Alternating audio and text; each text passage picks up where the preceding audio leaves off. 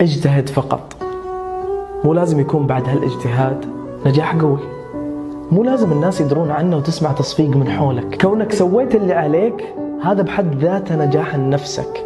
كونك حاولت هذا الحالة نجاح. كونك سهرت الليل وقاومت النوم والتعب وبديت العمل والعلم هذا برضو نجاح. أحيانا النتائج مو أهم من كمية العمل والتعب، لأن التعب والاجتهاد راح يخلق منك شخص يملك خبرة في هذا العالم، والخبرة راح تخليك تقدر تعيش. لا تصنع النجاح أولا، بالأول أصنع نفسك بالشكل اللي يناسب النجاح، واجتهد فقط.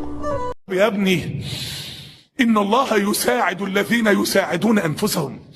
ما هو أنت مش فاهم، هو أنت فكرك إن أنت لو كنت اشتغلت من غير ما ربنا يعينك ويساعدك ويمدك ويمهد لك الطريق ويديك الأسباب ويزيل المعوقات كنت وصلت لحاجة؟ انت مجهودك ده عربون صدق قدمته بين يدي الله، انما اللي نجحك هو ربنا.